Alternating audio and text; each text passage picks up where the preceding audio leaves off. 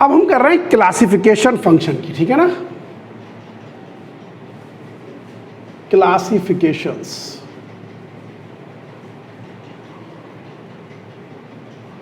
Of function.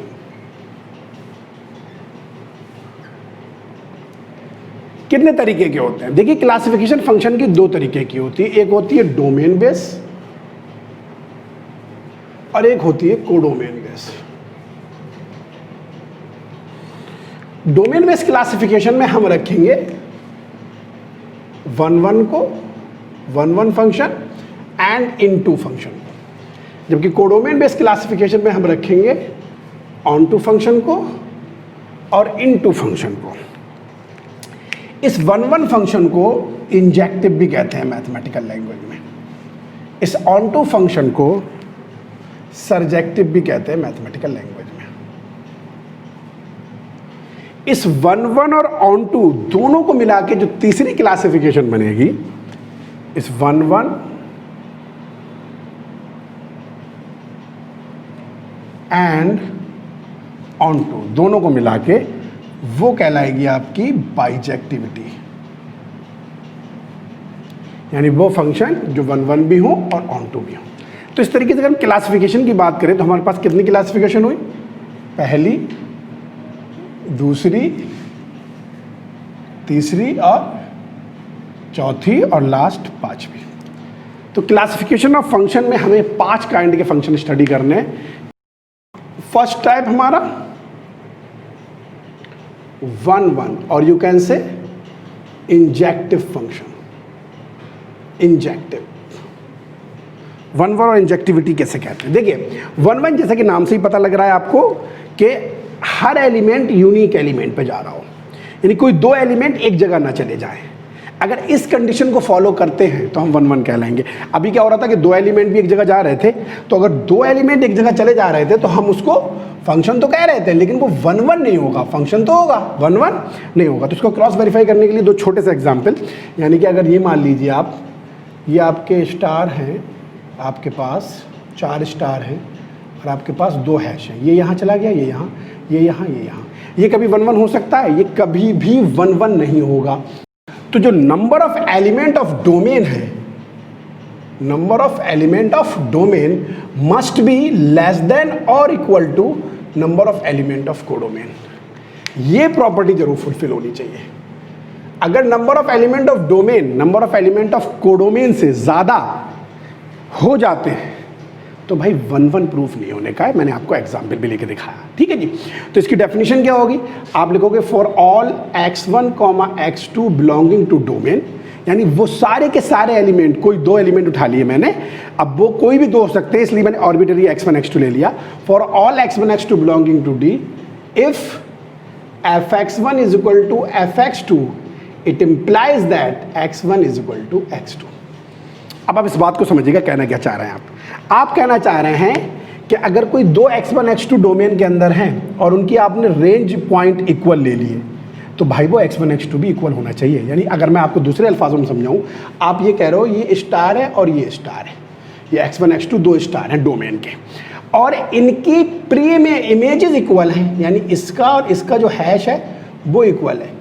तो वो अगर इक्वल है ना, तो ये स्टार स्टार कोई दो चीज़ नहीं होना चाहिए, वो एक ही चीज़ हो। अगर वो दो हो गई ना तो 1-1 नहीं होगा। अरे भाई, अगर ये स्टार और ये स्टार एक हैश पे जा रहा है तो भाई ये 1-1 को नहीं डिफाइन करेगा, हम बात करके आए।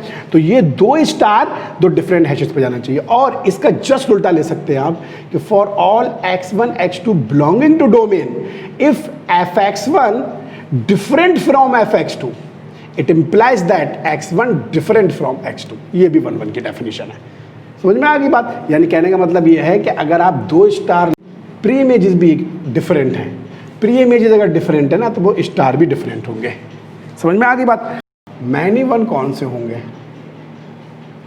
मैनी वन कौन से होंगे? यहाँ पे एक डायग्राम जरूर बना लीजिए ताकि आपको क्लियर हो जाए। अगर आप किसी भी डोमेन से कोडोमेन पे ड्रॉ कर रहे हैं, तो अगर इसके अंदर स्टार 3 है ना, तो हैश एटलीस्ट 3 होना चाहिए। 3 हो 4 हो जाए कोई फर्क नहीं पड़ रहा है। इसको यहाँ भेज दिया, इसको यहाँ भेज दिया, इसको यहाँ भेज दिया, ठीक है जी। एक खाली है, कोई दिक्कत नहीं, ठीक है ना, number of element domain must be less than equal to number of element of codomain. तो जब भी मैनी वन की बात आएगी तो आपको घबराने की बिल्कुल ज़रूरत नहीं है, आप लिख दीजिए those functions which are not one one. जो वन वन नहीं है ना वो मैनी वन है, तो इसका एग्जाम्पल देने की कोई दिक्कत ही नहीं है। आप एक काम करिए, आप एक ऐसा फंक्शन लीजिए डोमेन से कोडोमेन जिसमें ये कंडीशन फेल करा दीजिए। स्टार ले लीजिए मान लीजिए 5 और हैश ले लीजिए मान लीजिए 3। जैसे ये कंडीशन फेल होगी ना भैया फंस गए, अब आपका वन वन नहीं हो। तो अगर आपका वन वन नहीं होगा तो मैनी वन होगा, यानी कि आपको बाउंड तो है ना, आप इसको यहाँ भेज दिया आपने, इसको यहाँ भेज दिया, इसको यहाँ भेज दिया, इन दो को कहाँ भेजोगे? इन दो को जैसे ही कहीं भेजोगे ना ये हैशेस मोर देन वन से एसोसिएट हो जाएंगे, वन वन नहीं रहेगा। यानी इसको यहाँ भेज दो, इसको यहाँ भेज दो, ये वन वन बिल्कुल नहीं रहेगा। तो इसकी डेफिनेशन देना जस्ट इससे उल्टा आप लिख सकते हो, for all x1, x2 belonging to domain if fx1 is equal to fx2 it implies that x1 does not equal to x2, just इसका उल्टा। और for all x1 x2 belonging to domain if fx1 does not equal to fx2 but x1 is equal to x2। ये दोनों definition जो है हमारी किसकी है? मैनी वन की है। ये बात समझ में आ गई होगी आपको, इसलिए मैंने इसको डोमेन बेस्ड क्लासिफिकेशन में रखा है, क्योंकि ये डोमेन पे डिपेंड करता है कि डोमेन के एलिमेंट, अगर डोमेन के एलिमेंट ये दो एलिमेंट एक जगह चले गए तो ये वन वन, और दो एलिमेंट एक जगह नहीं चले गए यूनिक पे जा रहे हैं तो ये यूनिक पे जा रहे हैं तो वन वन, और यूनिक पे नहीं जा रहे हैं तो मैनी वन होंगे। और मैंने इसको इस वजह से क्लासिफिकेशन में उस पर रखा कोडोमेन में, चूंकि हम कोडोमेन की बात करते हैं सर्च एक्टिविटी पे। तो तीसरा जो है ना हमारा वो है आपका ऑन टू मैप, ऑन टू, और इसको मैथमेटिकल लैंग्वेज में सर्जेक्टिव भी बोलते हैं। देखिए ऑन टू को समझने के लिए बड़ा सिंपल वे में एक बात समझ लीजिए कि अगर कोई फंक्शन ऑन टू है ना, सर्जेक्टिव है ना, तो आपको एक बात हमेशा याद रखनी है कि आपके कोडोमेन के एलिमेंट जो है ना, कोडोमेन के एलिमेंट आपके सिंपली किसी ना किसी डोमेन के एलिमेंट से कनेक्टेड हो। जैसे यहाँ पे हमने ये वाला हैश छोड़ा हुआ है, अगर ये हैश खाली रह जाता है तो कोई फर्क नहीं है, ये फंक्शन है, लेकिन ये हैश अगर एंगेज नहीं है डोमेन के किसी एलिमेंट से तो वो फंक्शन तो हो जाएगा लेकिन ऑन टू नहीं होगा। तो ऑन टू का मतलब क्या है? सिंपल सी लैंग्वेज लिख दो, for all x belonging to domain there exist some y belonging to codomain such that y is equal to f x. देखिए बड़ा सिंपल से मैथमेटिकल लैंग्वेज में लिखा हुआ है, आप चाहो तो इसको अपनी लैंग्वेज में लिख लीजिए। इसका मतलब है फॉर ऑल एक्स का मतलब सारे एलिमेंट डोमेन के, for all x belonging to domain यानी डोमेन के सारे एलिमेंट के लिए देयर एग्जिस्ट सम वाई, कुछ ना कोई वाई जरूर एग्जिस्ट करना चाहिए कोडोमेन में, सच दैट वो वाई एफ एक्स से एसोसिएट हो रहा हो। अगर कोई भी वाई कोडोमेन में रह जाता है तो ये कभी भी आपका ऑन टू नहीं होगा। तो इसके लिए एक कंडीशन तो ये हो गई कि आपको कोडोमेन के सारे एंगेज कराना है। दूसरी इसी तरीके की एक कंडीशन और लेते हैं हम। मैं आपसे कहता हूं कि आपको ना कोडोमेन बनाना है, आपने कोडोमेन के एलिमेंट 3 ले लिए और डोमेन के एलिमेंट 3 ले लिए और कोडोमेन में 5 एलिमेंट ले लिए। मैं आपसे कह रहा हूं फंक्शन की डेफिनेशन आपकी खत्म ना हो और आप इसको प्रूव कर दीजिए कि ये ऑन टू है। आप क्या कहोगे? आप कहोगे ये स्टार सर मैंने यहां भेज दिया। मैं कहूँगा कोई दिक्कत नहीं। आप कहोगे ठीक है सर हमने ये वाला स्टार पकड़ के यहाँ भेज दिया, ये वाला स्टार पकड़ के यहाँ भेज दिया, ये वाला यहाँ भेज दिया। मैं कहूँगा ठीक है भाई, फिर आगे चलो भाई इसको यहाँ मत भेजो, अभी एक तो बचा हुआ है ना, ये वाला पकड़ के यहाँ भेज दिया। मैं ठीक है, फिर भी एक हैश रह गया, इसको क्या करें? तो तुम कहोगे अरे सर अगर मैं किसी को भेजूँगा तो फंक्शन की डेफिनेशन ख़राब हो जाएगी, क्योंकि each and every some unit पे जाना चाहिए, है ना? तो फंस गए ना। तो कम से कम एक हैश बच जाएगा। यानी कि आप एक बात याद रखिए कि अगर आप इस कंडीशन को फॉलो नहीं करते हैं, यानी number of element of domain must be greater than और equal to number of element of codomain नहीं है, यानी कि अगर आपकी ये कंडीशन फुलफिल नहीं हो रही है कि डोमेन के एलिमेंट कोडोमेन के एलिमेंट से ज़्यादा या बराबर नहीं है तो ऑन टू नहीं हो सकता। यहाँ हमने इसका जस्ट उल्टा लिया, हमने डोमेन के एलिमेंट कम ले लिए कोडोमेन के एलिमेंट से, ये फंक्शन हो जाएगा, ऑन टू नहीं होगा। क्यों? क्योंकि यहाँ पे ये वाला हैश बच रहा है जो किसी भी डोमेन के एलिमेंट से एसोसिएट नहीं हो रहा है। बात क्लियर है ना एकदम जहन में? तो आपको याद रखना है ये कंडीशन फुलफिल जरूर होनी चाहिए। इस कंडीशन को फुलफिल कराता हुआ आप कोई भी मैप उठा लीजिए वो हमेशा ऑन टू होगा ही होगा।